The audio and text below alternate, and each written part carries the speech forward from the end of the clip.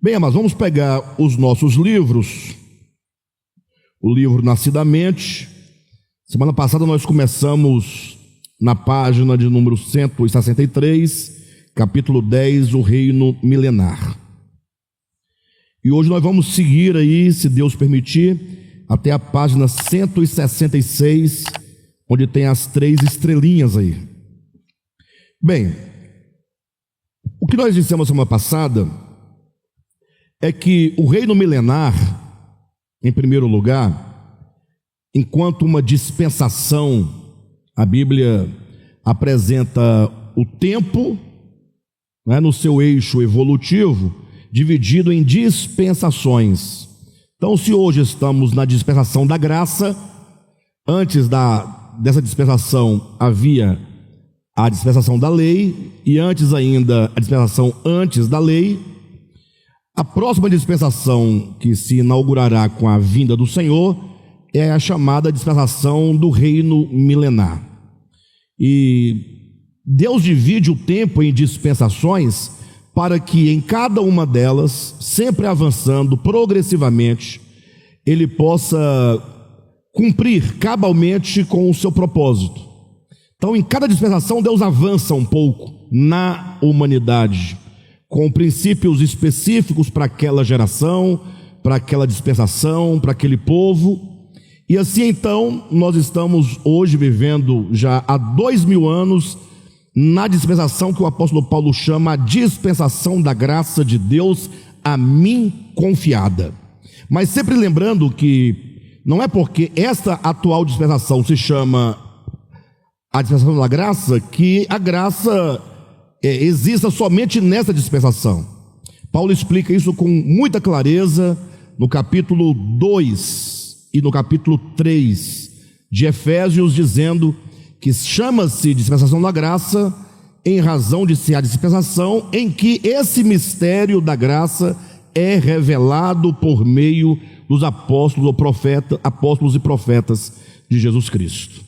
Mas sempre houve a graça de Deus, que é uma graça eterna, abundante, que sempre agiu em alguma medida em todas as dispensações e continuará para sempre a graça de Deus, enquanto a manifestação do ser de Deus.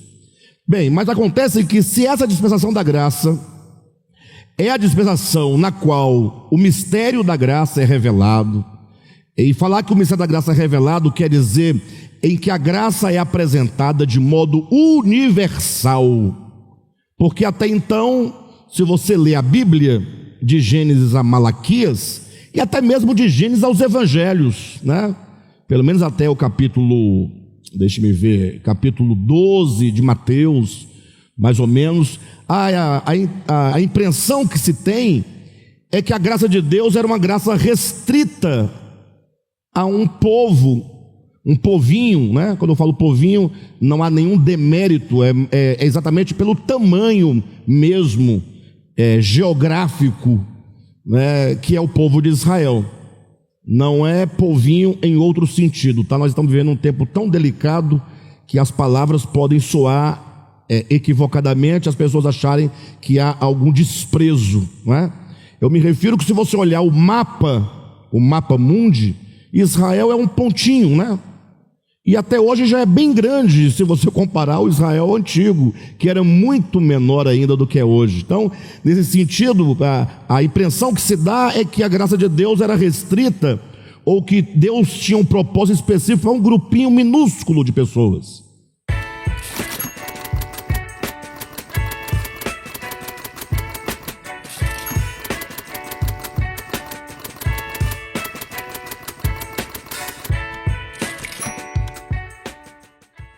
Mas o fato é que a graça de Deus se manifesta agora nessa atual dispensação como uma graça universal, que alcança a todos os homens, inclusive de todos os tempos e de todos os lugares.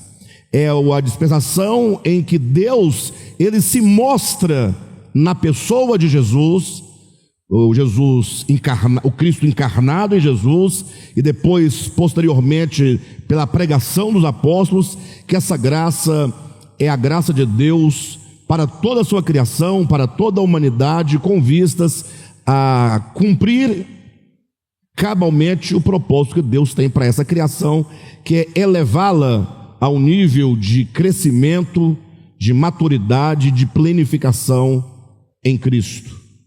Só que, mesmo vivendo nós nesta atual dispensação da revelação do mistério, da pregação do mistério, o fato é que depois de 2000 anos nós olhamos o que nós vemos. Nós vemos ainda muitos povos que não conheceram e não conhecem o Evangelho. E eu diria, a semana passada eu falava aqui sobre alguns países ou lugares bem remotos, né? Lá para o lado do Oriente, da África e etc. Mas mesmo no Brasil, desculpe me colocar dessa maneira, mas quantos que de fato ouviram o Evangelho de Jesus Cristo?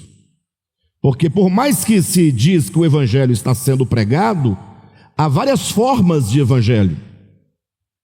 Você ouve uma variedade de evangelhos que gera muitas vezes confusão na mente das pessoas. O Evangelho é o próprio Cristo. Tudo aquilo que está de acordo com a pessoa de Jesus Cristo, com o seu viver humano, com os seus feitos, com a sua mensagem, é o Evangelho. Nada que ultrapasse aquilo que seja Cristo, nem que seja menor do que Ele. Cristo é a medida exata de Deus, ou da verdade de Deus revelada para a humanidade. Logo, essa última dispensação que nós estamos estudando, que é o reino milenar, é a dispensação em que será cumprido por ação divina e por intervenção divina as palavras de Jesus: e este evangelho do reino será pregado para testemunho de todas as nações, e então virá o fim. Então, com a vinda de Cristo, vai se inaugurar uma nova dispensação, que é a do reino milenar, e durante 1000 anos o evangelho será pregado em toda a terra. E nessa época não haverá confusão como há hoje, não haverá lugares remotos em que o evangelho não chegue. Isso porque Cristo vai intervir na história humana e na história da igreja e na história dos povos, para que isto finalmente se concretize. Então, hoje pode haver muita negligência, hoje pode haver muita confusão, hoje pode haver, enfim, mas no reino milenar tudo será resolvido. E logo logo nós vamos adentrar essas especificidades do reino milenar. Mas hoje, dando continuidade à nossa leitura, eu quero apresentar esse reino de Deus, como que Deus veio trabalhando esse reino na humanidade até chegar na sua manifestação no reino milenar.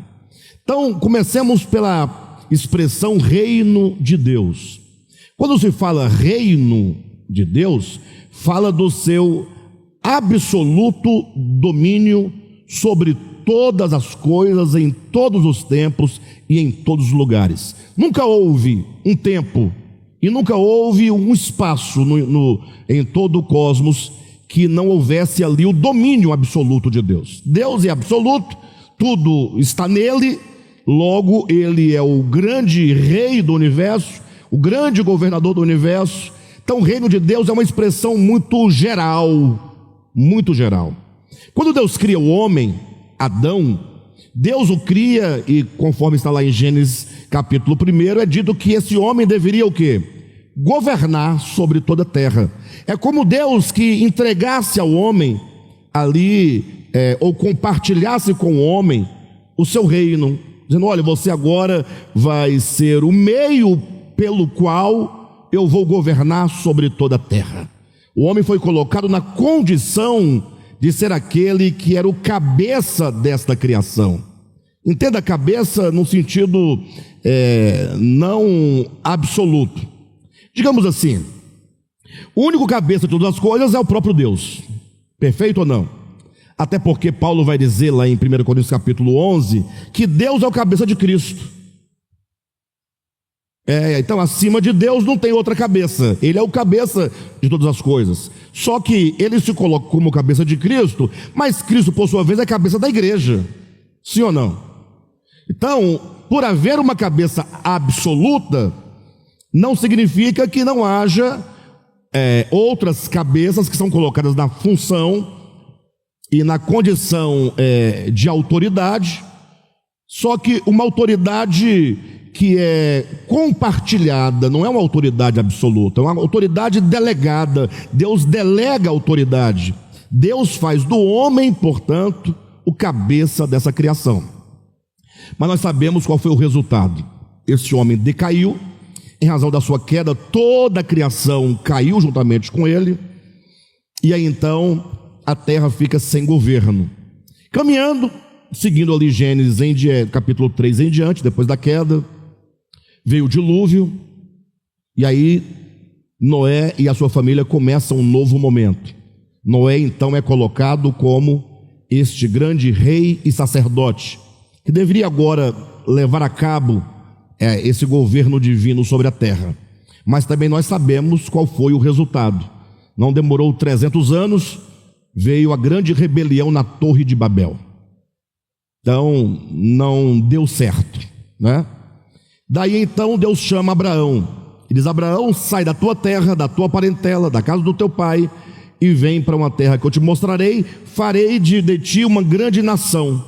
E aí surge, portanto, a partir de Abraão, a nação de Israel. E qual era a proposta de Deus para essa nação de Israel? Êxodo 19: fazer dela o reino de Deus, tornar a nação de Israel o povo que deveria trazer esse reino de Deus, aplicar esse reino de Deus em toda a terra, sobre todas as nações. Mas nós também sabemos qual foi o resultado. O povo de Israel se rebelou contra Deus, não uma, nem duas, nem três vezes. Toda a sua história, foram para o cativeiro. Por fim, Jerusalém foi destruída por Nabucodonosor, e daí nunca mais teve o reino em Israel. Teve um rei em Israel, nunca mais houve um trono em Israel, até que veio Cristo.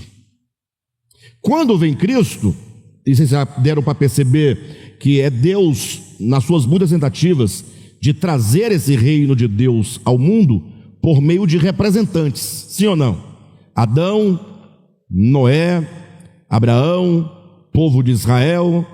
Agora veio um homem, veio Cristo que se faz homem. Esse Cristo que se faz homem, ele traz consigo o reino de Deus. Tanto é que tanto a pregação de João Batista como a própria pregação de Jesus anunciava: é chegado o reino de Deus.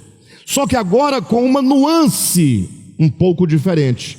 Mateus vai usar o critério de chamar o reino de Deus de o reino dos céus. E isso faz toda e total diferença. O reino dos céus é o reino de Deus, mas com a diferença que é o reino de Deus em sua realidade. Não é o reino de Deus mais a partir de um território, a partir de um povo, a partir de uma nação, a partir de um trono físico colocado ali em Israel, para um rei se assentar com a coroa na cabeça, um cetro na mão. Não, é o reino de Deus governando o homem de dentro do seu espírito humano.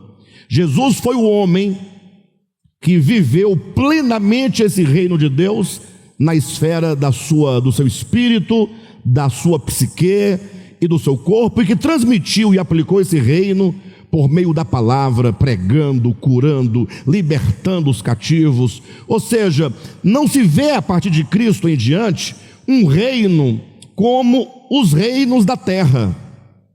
Quando nós olhamos para Israel no Antigo Testamento, e lá se dizia que Israel era o reino de Deus, o que você vê? Você vê um povo, você vê um território, você vê um rei, você vê um trono, você vê a briga pelo trono, né? As sucessões, as dinastias e etc. Mas quando vem agora na pessoa de Jesus, esse reino de Deus, ele recebe essa conotação celestial. E é isso que Deus quer, é um reino espiritual e não um reino humano, físico, material. É um reino em que o poder de Deus, a mente de Deus, a soberania de Deus governam o homem interiormente. Por isso que Jesus foi o homem que viveu plenamente o reino de Deus sobre a terra. O único homem que de maneira integral viveu absolutamente esse reino de Deus, que é um reino celestial, que é o reino dos céus, porque foi um homem que foi governado por Deus em todos os momentos, em todos os setores da sua vida humana, da sua vida psíquica, da sua vida espiritual. Então Cristo é, na sua manifestação corpórea, na sua encarnação, a manifestação desse reino em Jesus. Só que ainda esse reino, ele está restrito a uma pessoa, restrito ao tempo e ao espaço. Por quê? Porque Jesus viveu na carne, no corpo humano, há 2000 anos, em Jerusalém, ali nas bandas de Samaria, da Judéia, e portanto esse reino, ele estava na terra, estava em Jesus, mas ele era limitado, porque Jesus, homem, ele era limitado ao tempo e limitado ao espaço. Esse reino precisava o quê? Crescer, precisava se multiplicar para dentro de outras pessoas. É daí então que nós vemos lá a parábola do semeador. Essa parábola, nesse sentido, ela é muito específica, porque Jesus diz que o semeador saiu a semear, e ele vai agora lançando a semente em todos os tipos de solos. Não fazia seleção de solo, ele lançava a semente, um solo, lançava a semente. E diz a Escritura que essa semente é a palavra do reino.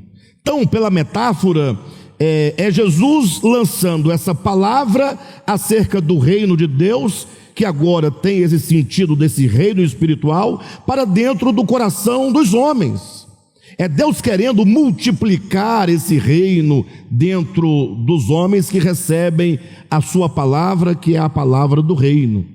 Então imagine só, pela metáfora, uma semente que traz a natureza do reino de Deus, a natureza do reino dos céus, semeada no coração, agora germinando no coração homem, crescendo e dando frutos. Essa é a ideia da parábola do semeador. É Deus expandindo esse reino, é Deus multiplicando esse reino. Mas vocês sabem pela própria parábola que de 4 tipos de solos, somente em um desses solos vingou a palavra do reino. Ou seja, para cada 4 corações apenas um, de cada 100 corações apenas 25, de cada 1000 corações apenas 250.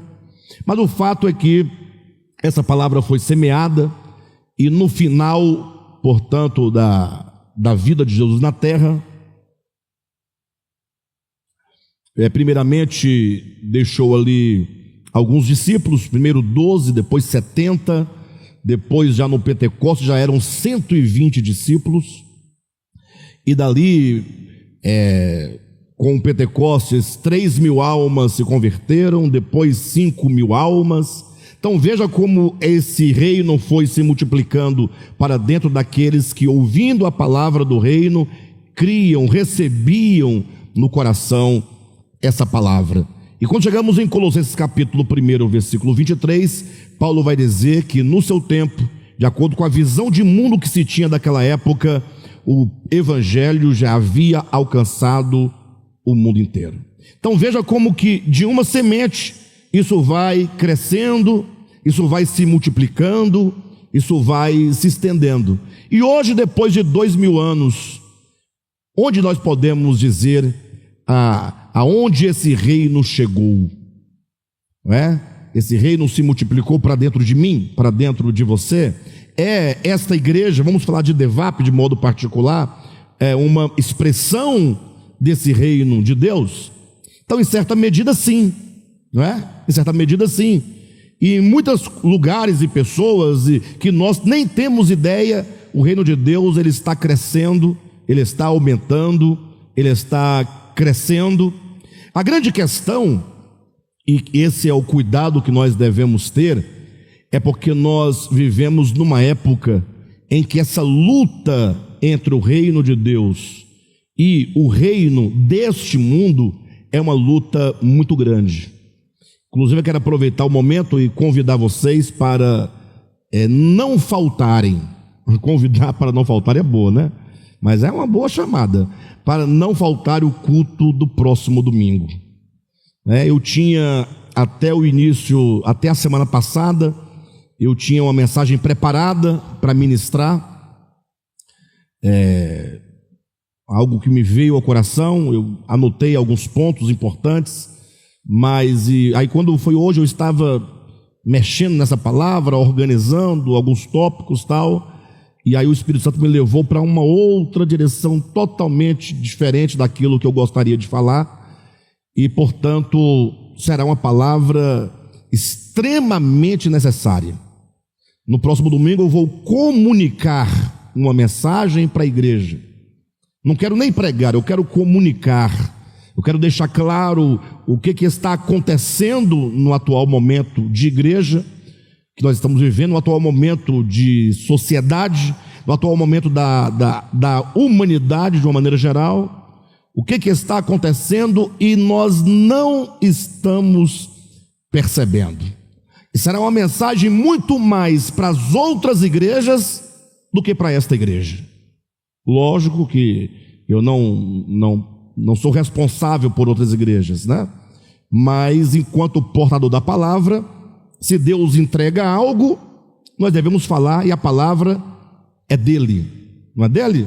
Então, eu quero que vocês orem e se preparem e venham, para que nós possamos comunicar essa palavra no próximo domingo. Uma palavra extremamente urgente, porque as coisas estão acontecendo, nós estamos sendo levados e nós não estamos percebendo com exatidão o que está acontecendo no mundo espiritual e o quão prejudicial isto é para a igreja do Senhor na terra. Tá bom? Bem, então, prosseguindo, esse reino está se expandindo, está aumentando. De modo então que no reino milenar será então a última dispensação de todos esses tempos, em que o reino de Deus vai encher plenamente a terra. Então, ao entrarmos no ensinamento acerca do reino milenar, devemos entrar com essa ideia muito clara de que o reino milenar vai ser a grande frutificação do reino de Deus em toda a terra. Feito esta introdução, pegue seu livro e leia comigo. Página 164, a partir do último parágrafo, que diz assim: quando Cristo veio ao mundo, nos dias de sua carne, o reino de Deus se instaurou e se manifestou em Jesus de Nazaré, o qual andou por toda parte, fazendo o bem, pregando a justiça, acolhendo os pobres, curando os oprimidos pelo diabo. Esse foi o único homem, até então, a ser governado integralmente por Deus e a viver sobre a terra como uma expressão exata do seu ser eterno, ou do ser eterno. Entretanto, o reino de Deus manifestado em Jesus ainda estava restrito ao tempo e ao espaço. Era necessário que essa jurisdição celestial se expandisse para dentro de muitas outras consciências. Por isso saiu o semeador a semear a palavra do reino. E à medida que o germe da verdade caía em boa terra, no coração daqueles que ouviam e entendiam a mensagem do Evangelho, o reino de Deus se expandia na alma dos que renasciam para Deus. De sorte que ao cabo do ministério terreno de Jesus, já havia uns 120 discípulos em cujos corações despontara o reino dos céus. E havendo o Espírito Santo descido nas consciências desses primeiros discípulos, incendiando-as com o fogo da verdade, suas bocas abrindo-se, se puseram a proclamar o reino de Deus por todo o mundo e em todas as línguas, ensinando as coisas referentes ao Senhor Jesus Cristo. Até que ao cabo de alguns anos, a palavra da verdade já havia alcançado os confins do mundo e o reino de Cristo prosperava mais e mais. Aonde chegava a pregação do Evangelho, o grande engano cósmico era debelado dos corações de todos os eleitos que exerciam fé em Jesus, e o reino de Deus emergia das densas trevas e do caos de suas consciências, agora banhadas pela luz da verdade e niveladas pelo poder da fé. Entretanto, esse reino renascido no interior dos filhos eleitos e resgatados de Deus ainda precisa ser desvendado e manifestado ao mundo inteiro para testemunho a todas as nações antes que venha o fim. Como cartas vivas, manifestadas e lidas por todos os homens, os santos vencedores evangelizarão as nações, reinando sobre elas e ensinando-lhes a obediência na vereda da justiça e da verdade, a fim de que todos fidelizem seus corações ao Evangelho e entrem para o desfrute da vida eterna em Deus. E aqui surge uma questão que eu queria que os irmãos refletissem comigo antes de adentrarmos a segunda parte desse texto. Diante da exposição do Evangelho, diante da mensagem de Cristo, vivida por Cristo, ensinada por Cristo, e de que nós temos o testemunho aqui nos 4 evangelhos, Mateus, Marcos, Lucas e João. E eu imagino que todos nós aqui já lemos os 4 evangelhos, né? Eu creio que já lemos. Se você não leu ainda, tire um tempinho para ler. Você lê tanta coisa, por que não leu o evangelho de Mateus, né?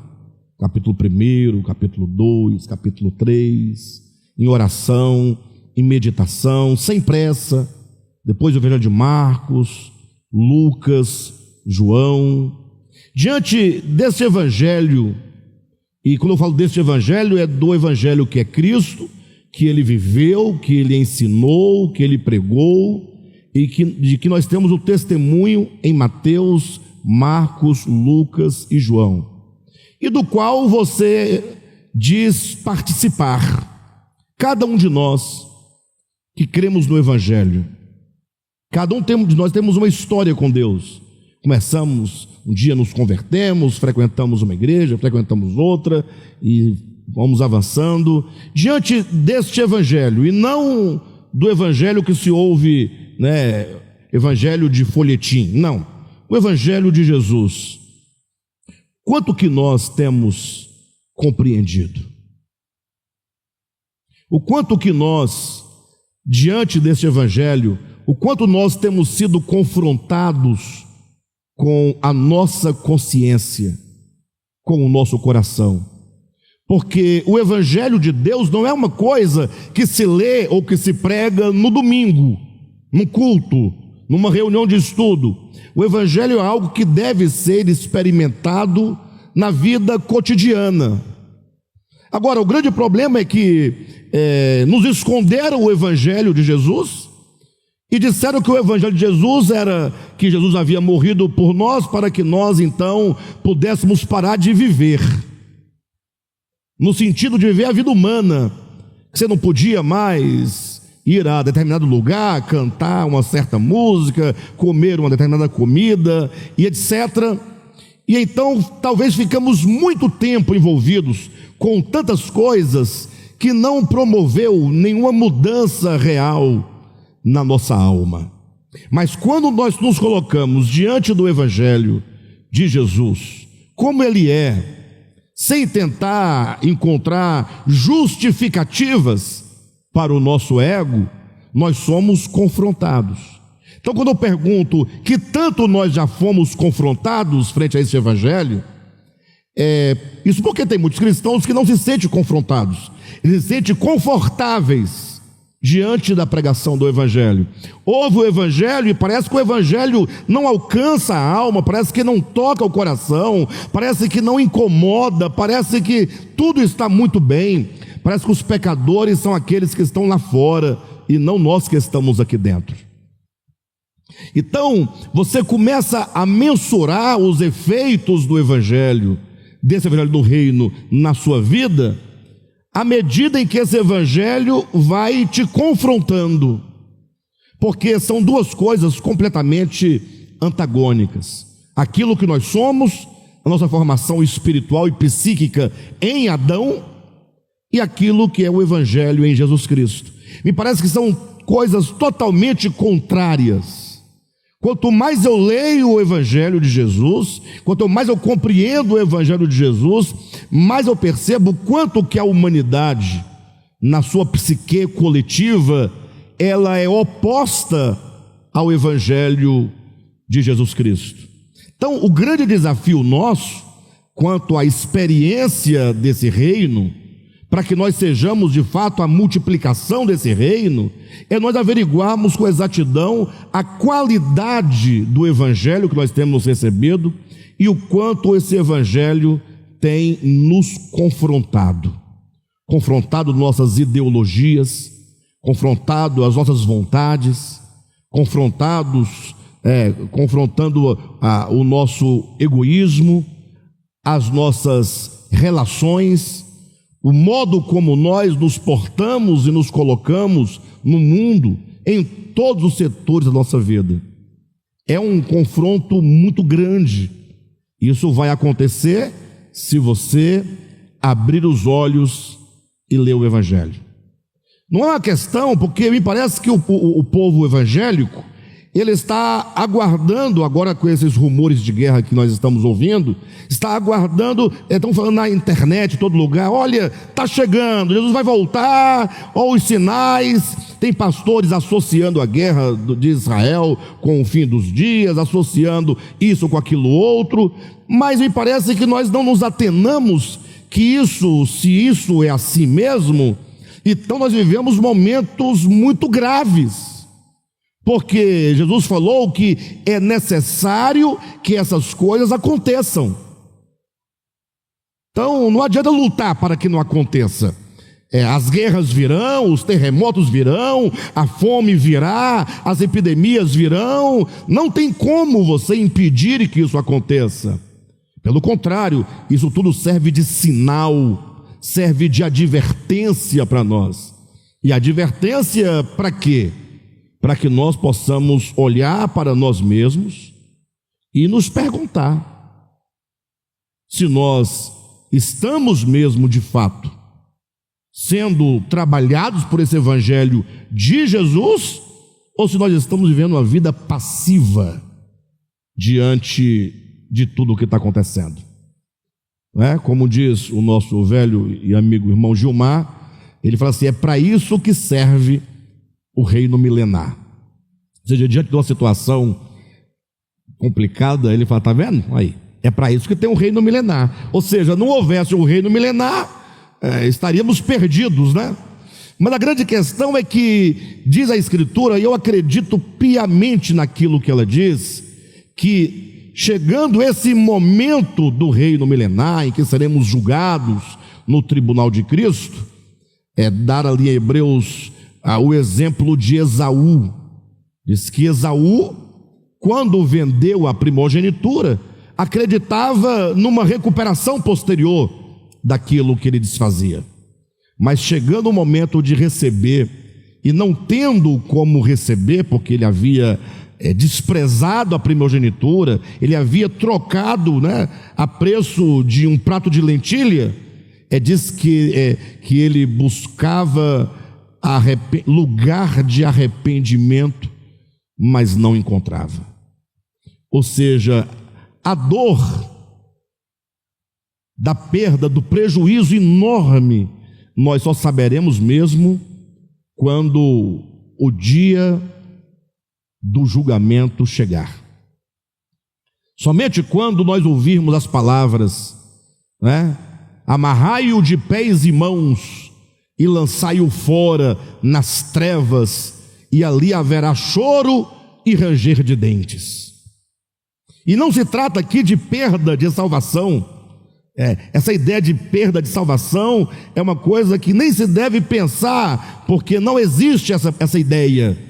Salvação não é algo que se ganha nem que se perde. Salvação é algo que se experimenta.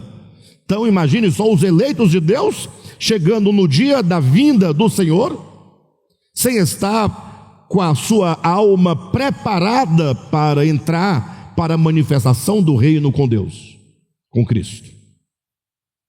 E aí o Senhor fala: não, mas calma, como dizia o velho profeta, é para isso que existe o reino milenar.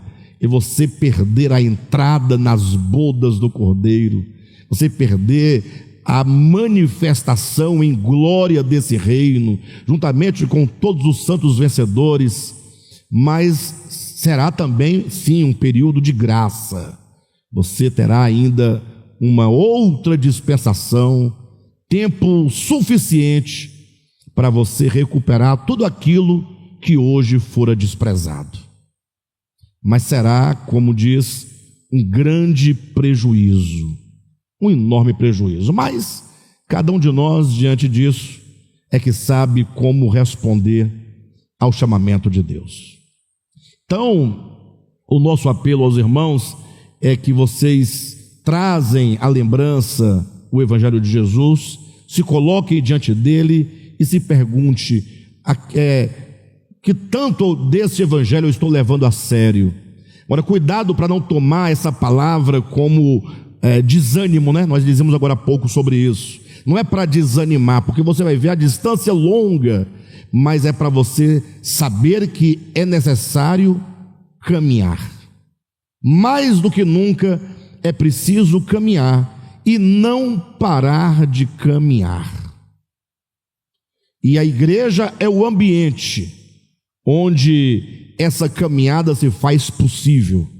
Fora da igreja, fora do convívio da igreja, essa caminhada, não vou dizer que é impossível, mas é extremamente difícil, porque as forças do império das trevas, elas são muito fortes, elas operam, elas não dão espaço, e a igreja é o lugar onde nós estamos constantemente juntos, numa conexão de espírito, numa conexão de fé, buscando ali, não com as minhas forças, mas com a força do corpo, com as forças da igreja. Lembra que Jesus falou: onde estiverem 2 ou 3 reunidos, ali eu estarei no meio deles? Isso significa o quê? Que onde tem uma pessoa sozinha, Jesus não está? Não, ele está dizendo da força que é a união de consciências ganhas pelo Evangelho, a força da união da fé dos que creem no Evangelho, a graça que percorre e perpassa o corpo, pelas veias do corpo, que vai alcançando e que torna esse corpo vigoroso. Então é preciso urgentemente, amados, nós nos colocarmos nessa posição de buscar compreender essa nossa verdadeira situação. Tá bom? Seguindo adiante, página 167, primeiro parágrafo, diz assim: o primeiro problema com que nos deparamos acerca desse tema, ou seja, acerca do tema o reino milenar, o reino de Deus, o reino de Cristo, o primeiro problema com o qual nos deparamos acerca desse tema refere-se ao discernimento da natureza do reino de Cristo. Isso aqui, irmãos, é fantástico, tá? Parece simples, mas não é simples. Vencer na sua mente e vencer no seu coração que o reino de Deus não consiste em comida e bebida.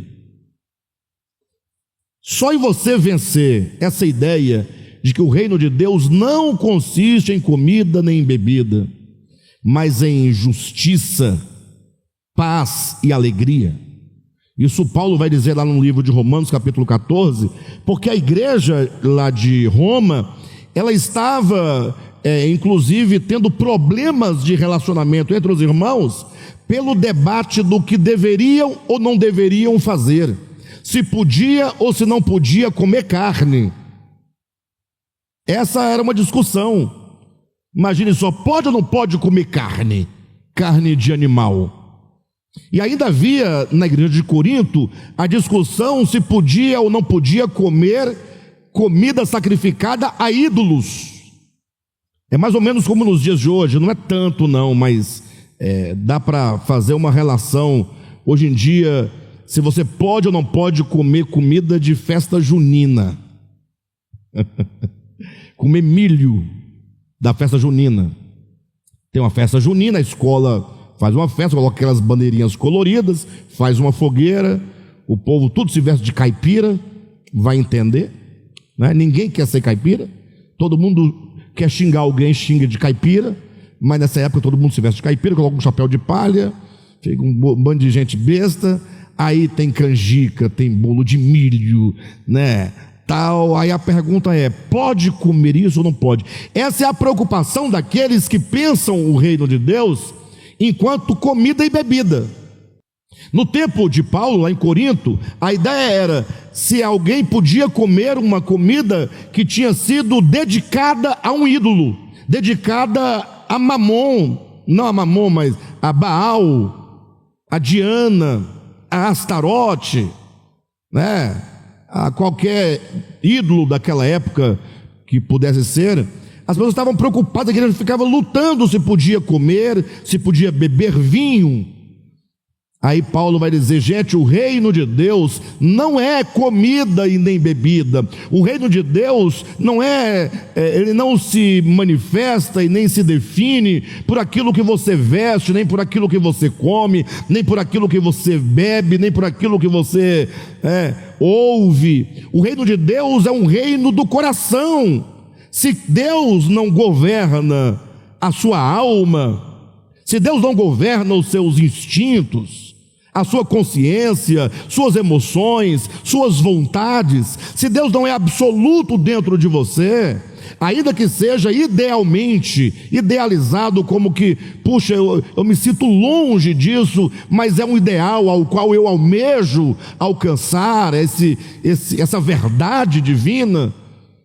Mas não, nós estamos ainda julgando e medindo o reino de Deus a partir de coisas. E eu falo isso do próprio DEVAP, o que é um escândalo dizer isso do DEVAP, porque não deveria ter esse tipo de pensamento no DEVAP, absolutamente. Nós falamos insistentemente, o reino de Deus é algo do coração, é do espírito. É o quanto você está sob o controle de Deus e a operação do Espírito de Deus que te capacita a perdoar. E perdoar é perder. Os crentes, eles se abstêm de 1 milhão de coisas, mas a maioria está sofrendo doenças até mesmo físicas, doenças psicossomáticas, porque são incapazes de perdoar. Incapazes de perdoar, porque você foi ferido, porque te machucaram, porque te lesaram, e você agora leva aquilo no coração, aquela amargura, aquele ressentimento, aquele rancor, e você fica preso ao seu passado, preso a pessoas que você nem quer ver, e você não consegue se desligar da pessoa. É estranho como que os crentes têm dificuldade de perdoar, de abrir mão, mas se orgulha porque não fuma. Porque não fuma. Antes fumasse. Não que seja um conselho saudável, não é. Todos sabem que o tabaco ele faz mal à saúde. Mas tratando-se das coisas espirituais, os crentes se orgulham porque não bebem. Mas também não perdoa. Ou seja, é um sepulcro caiado, né? Apodrecido por dentro, mas por fora se veste com roupa de assembleiano, tem cara de crente, vive com a Bíblia debaixo do braço, toda suada a Bíblia. Misericórdia, e toda cuspida, porque eles abrem e pregam com ela aberta e vão cuspindo, e não lê, mas está toda cuspida, né? O reino de Deus não é algo que se mensura pelas exterioridades, Então, discernir a natureza espiritual do reino de Deus é de extrema relevância. Fizemos agora há pouco um baile dançante dos casais. E olha que há casais do DEVAP que não participaram porque não acham certo. Não acham certo o marido dançar com a esposa. Se o marido não pode dançar com a esposa, como é que você concebe o reino de Deus? Não dança com a esposa e não dança com o marido, mas dança com Satanás, dorme com Satanás, anda de mão dada com Satanás. Sim ou não? Gente, nós temos que discernir que o reino de Deus acontece no coração do homem, e esse reino cresce à medida que a sua consciência em relação à verdade vai se expandindo. Expansão de consciência é o mesmo que crescimento espiritual. Imagina uma criança, ela não vai crescendo, ela não vai expandindo a sua mente, sua capacidade de pensar, de discernir, de conhecer, e porque ela ganha essa capacidade, de conhecer, de discernir, de pensar e de refletir, ela vai o quê? Crescendo. O crescimento está de acordo com a expansão de consciência. Então nós precisamos entender a natureza do reino de Deus. Essa natureza é espiritual. O quanto que eu tenho sido ganho por esse reino interior. Então o primeiro problema com que nos deparamos acerca desse tema refere-se ao discernimento da natureza do reino de Cristo. Não podemos pensar, à semelhança dos judeus do tempo de Jesus, que o seu reino seja como uma monarquia teocrática, de natureza material e política, com um trono físico estabelecido em Jerusalém e Cristo nele assentado. E esse é um ponto muito grave, sobretudo nos dias de hoje, porque hoje em dia, infelizmente, em razões ideológicas, e políticas, a igreja de Jesus está tomando partido em guerras, colocando-se ao lado de um povo que julgam ser o povo de Deus. Eu acho que nós nunca lemos o Evangelho. Não, nunca lemos o Evangelho. Em nome de Deus, usando o nome de Deus em vão, porque isso é usar o nome de Deus em vão, para praticar atrocidades. Não, mas eles estão matando terroristas. E o que Jesus falou sobre os terroristas, vocês sabem? O que ele falou que o povo de Deus deveria fazer em relação aos nossos inimigos? Gente, é só perguntar para Jesus, ele te responde com uma frase: mas nós não ouvimos. Nós não ouvimos. Não ouvimos porque estamos com a mente embotada pelo engano.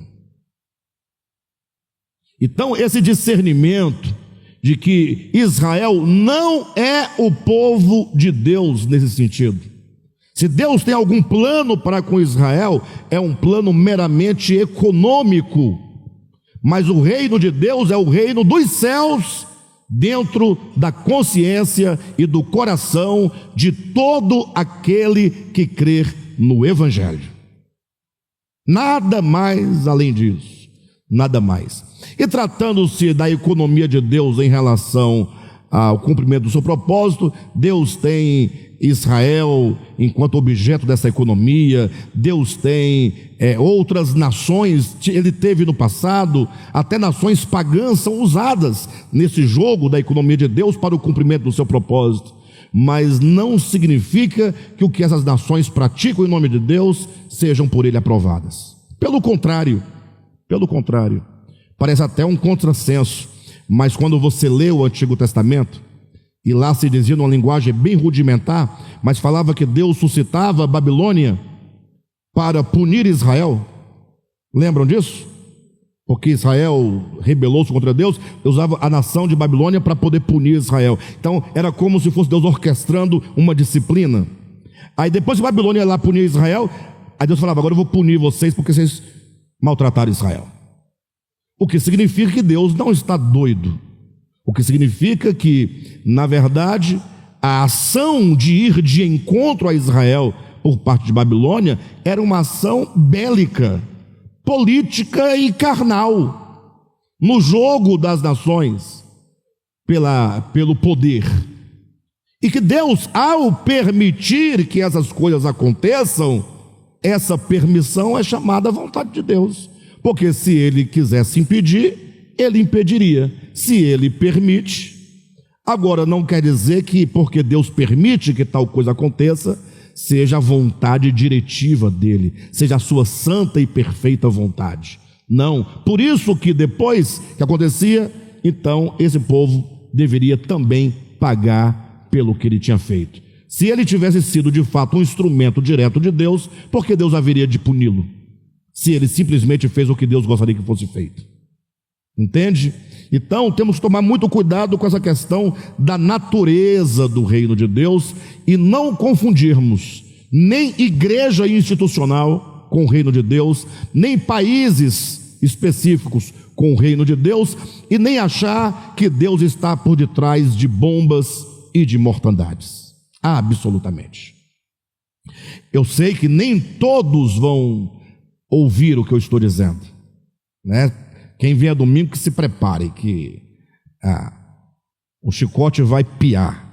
Mas a única coisa que eu posso fazer diante do meu papel é pedir que aqueles que acreditam em mim, Alexandre Rodrigues, aqueles que me escutam, que acham que tem alguma coisa ainda a ser dita, que ouçam com humildade. E aqueles que não ouvirem, também não há problema da minha parte, porque a palavra não é minha, eu sou apenas o portador, né? Então cabe a mim falar, cabe a você ouvir ou não ouvir. Perfeito? Seguindo adiante, para nós podermos encerrar por hoje, diz assim o primeiro parágrafo da página 167. O primeiro problema com que nos deparamos acerca desse tema refere-se ao discernimento da natureza do reino de Cristo. Não podemos pensar, à semelhança dos judeus do tempo de Jesus, que o seu reino seja como uma monarquia teocrática de natureza material e política, com um trono físico estabelecido em Jerusalém e Cristo nele assentado. É assim que a maioria vê. Lá em Israel, um trono, uma cadeira grande, com os braços grandes, de ouro, e Jesus sentado nela, com um cetro na mão. Entende que assim é o reino de Deus. Quando Jesus foi perguntado por Pilatos se ele era o rei dos judeus, e aqui é onde nós temos que parar e ler, porque essa pergunta foi feita para Jesus. Pilatos perguntou: tu és o rei dos judeus? Inclusive, essa foi a inscrição que colocaram sobre a cruz: INRI, Jesus Cristo, rei dos judeus. Aí eu pergunto para vocês, antes de continuar a leitura: Jesus é o rei dos judeus? A igreja até hoje prega isso e acredita nisso. Eu pergunto: quem foi que disse para vocês que Jesus é o rei dos judeus? Quem disse isso? E não é? Bem, perguntaram para ele. E o que ele respondeu? És tu o rei dos judeus? E Jesus nega, dizendo: de fato eu tenho um reino, de fato eu sou o rei, mas o meu reino não é deste mundo. Israel é deste mundo? Então Jesus está negando, dizendo que ele não é o rei dos judeus. Não que ele não seja, no sentido de que ele é rei de toda a terra, né? É nesse sentido mesmo, é escatológico da coisa, nesse sentido que querem dar, né, uma chancela a uma nação, como que cercasse Israel com uma sebe de ouro, de fogo, que nessa aqui é de Deus, porque Jesus é o rei. Não. Para com isso. Jesus disse: o meu reino não é deste mundo. Ora, com esse conceito, não quis o Senhor ensinar que o seu reino é etéreo, de outra dimensão. Ou melhor, voltando, né? Quando Jesus foi perguntado por Pilatos se ele era o rei dos judeus, respondeu-lhe categoricamente: o meu reino não é deste mundo. Ora, com esse conceito, não quis o Senhor ensinar que o seu reino é etéreo, de outra dimensão, como que apontasse para uma região extraterrena, fora dos limites geográficos da terra.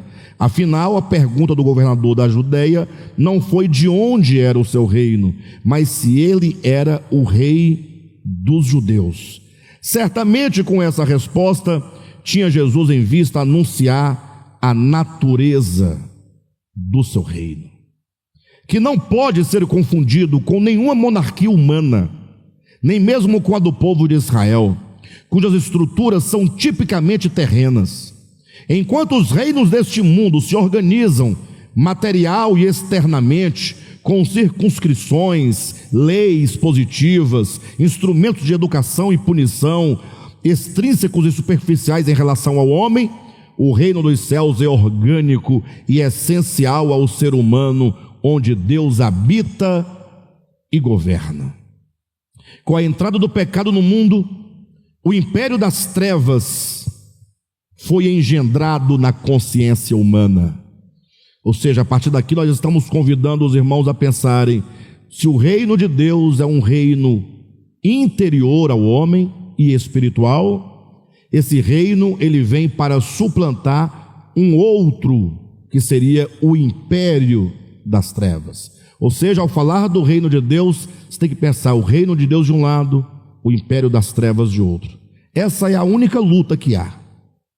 O reino de Deus, que é o seu governo soberano e absoluto dentro do homem, e do outro lado, o império das trevas. Como diz, com a entrada do pecado no mundo, o império das trevas foi engendrado na consciência humana, e desde então nunca se ouviu falar de que esse tal domínio do mal tivesse na terra uma capital ou um trono físico onde se assentasse a personificação do mal. Qual é o argumento? Por que quando se fala de reino de Deus, você pensa num território aqui na terra? Você pensa num líder sentado num trono para governar? E quando se fala do império das trevas, você não fala disso. Se bem que falam, né? Se bem que acham que o trono do diabo é o Vaticano, outros acham que é os Estados Unidos, outros acham que é no Irã, outros acham que é no Brasil, né? Mas o fato é que quando se fala de império das trevas, você não vai relacionar a um lugar e a uma personificação do mal assentada no trono, né? Governando com leis positivadas, dominando sobre um povo. Ou seja, assim como é o reino de Deus, também é o reino ou o império das trevas, dentro da consciência humana. Pelo contrário, o testemunho das Escrituras e da experiência é que esse império possui sua sede no coração humano, onde por meio da morte reina o pecado e cujo poder se expressa por meio de toda sorte de injustiça e maldade contra Deus e os homens. O reino de Cristo, semelhantemente, se estabelece na alma humana, que acolhe o amor da verdade e em cujo coração se entroniza a graça de Deus pela prática da justiça para a vida eterna, por meio de Jesus Cristo, o nosso Senhor. Contudo, a diferença entre o reino de Deus e o império das trevas consiste no fato de que no império das trevas reina apenas a influência do mal na consciência humana, ao passo que no reino de Cristo, o próprio Logos, imanentemente ao homem, faz de seu coração trono e habitação, e por meio de suas faculdades expressa os ricos atributos da divindade, o fruto do Espírito. De sorte que aquele que viu e entrou no reino de Deus pode dizer assim como Paulo: logo, já não sou eu quem vive, mas Cristo vive em mim. Vamos mais um pouquinho para ir até as estrelinhas? Diante disso, seduzidos pela linguagem antropomórfica das Escrituras, muitos dirão: esses textos citados falam do atual momento da igreja na terra, não da manifestação do reino de Cristo ao mundo, que será físico, literal e tangível, e cuja sede será em Jerusalém, de onde procederá a lei para todos os povos. Ou seja, os crentes dirão: está tudo certo, o reino é interior mesmo, é no coração, mas é agora. Mas na vinda será lá em Israel. Terá um trono literal, Jesus vai se assentar no trono e vai fazer a coisa acontecer deste modo. Ora, vede, esses que assim argumentam, certamente se esqueceram do que dissera expressamente o próprio Cristo, quando perguntado pelos fariseus sobre quando se manifestaria o reino de Deus, que não vem o seu reino com aparência exterior, nem será situado em Jerusalém, ou em qualquer que seja o lugar considerado sagrado ou privilegiado. A leitura literal que fazem das Escrituras não os deixa perceber que o reino prometido não procederá do espaço sideral, nem se situará em uma terra sagrada, porque o reino de Deus está dentro do homem, de onde procede e do qual se manifestará ao mundo. Na verdade, queridos, se esse reino de Cristo não for um reino instaurado dentro do homem, não resolverá muita coisa. Porque qual foi o grande problema da lei de Moisés lá no Monte Sinai? A lei continha os mandamentos adequados, santos, justos e bons. Então ali havia uma lei dada ao povo. Qual foi o problema? Paulo vai explicar. É que a lei externa ao homem, ela é santa, ela é justa, ela é boa, está tudo certo com a lei. O problema é que o homem não é santo, o homem não é justo e o homem não é bom. Então instaurar um reino de forma exterior é repetir o que aconteceu no Sinai. E Deus sabe que isso não funciona. Ele sabe e sabia. Na verdade, ele fez daquele modo exatamente para nos ensinar que a grande solução para o homem deve acontecer dentro dele e não fora do homem. Essa falta de compreensão é que leva muitos a pensar que o reino de Deus consiste em comida e bebida, usos e costumes, ou até mesmo, à semelhança de Nicodemos, em mero conhecimento de sistemas teológicos. E os faz esquecer-se ou olvidar que o reino de Deus consiste no nascimento de uma nova consciência, gerada pelo Espírito de Deus nas mais íntimas faculdades do coração humano. A nação de Israel, conforme estabelecida nos tempos do Antigo Testamento, e a lei mosaica outorgada no Monte Sinai, são a maior prova de que o reino de Deus não pode ser externo ao ser humano, como que uma monarquia meramente fundada num espaço geográfico com uma lei compulsoriamente prescrita aos homens. A história mostra o resultado: uma nação fracassada sob a maldição de uma lei enferma que nada podia contra o pecado na carne, em razão de sua fraqueza e inutilidade. Por isso, a necessidade de um reino interior, com o trono do Altíssimo fulcrado na consciência dos homens e a lei divina inscrita em suas mentes e corações, a fim de que todos, do menor ao maior, sejam conduzidos interiormente pelo Espírito de vida ao verdadeiro conhecimento de Deus e à obediência de Cristo. Bem, vamos parar por aqui nossa leitura, e eu quero que vocês guardem essas informações no coração de que a primeira coisa a ser resolvida antes de estudarmos o reino milenar é entender a natureza do reino de Deus. Por quê? Para você não entrar no estudo do reino milenar pensando nas estruturas de um reino terreno. Ou seja, ao entrarmos no estudo do reino milenar, você tem que entrar com a compreensão de que o reino de Deus é um reino espiritual na consciência humana. Se alguém falhar nessa compreensão e neste primeiro problema, dificilmente você entenderá o que é o reino milenar. Porque você vai entrar pensando que Deus vai vir. Imagina só o anjo descendo com a corrente na mão. Uma corrente. Não, mas está em Apocalipse capítulo 20. Vi descer do céu um anjo que tinha uma corrente na mão. Aí você fica imaginando um anjo com uma corrente na mão. Aí cada um pensa numa corrente. Tem uns que pensam numa corrente de cachorro, né? Aquelas normal de casa. Outros pensam, não, se é para amarrar Satanás, tem que ser uma corrente mais robusta. Aí você fica imaginando uma corrente, né, grossa, grande, o anjo carregando aquela corrente pesada com os cadeados grandes, né?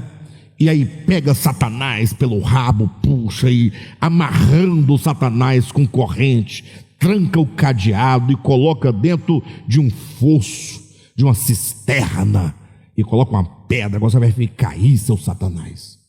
Porque é o texto bíblico que traz essa linguagem.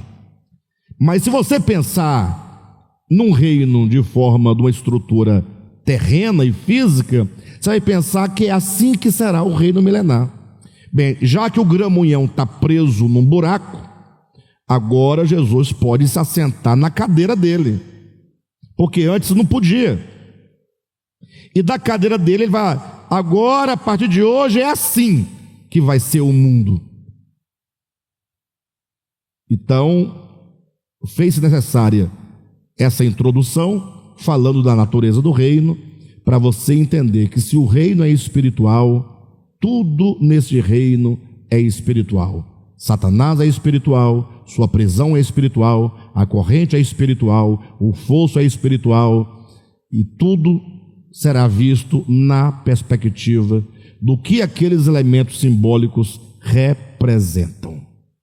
Tá bom? Próxima semana estaremos aqui, se Deus permitir, dando continuidade.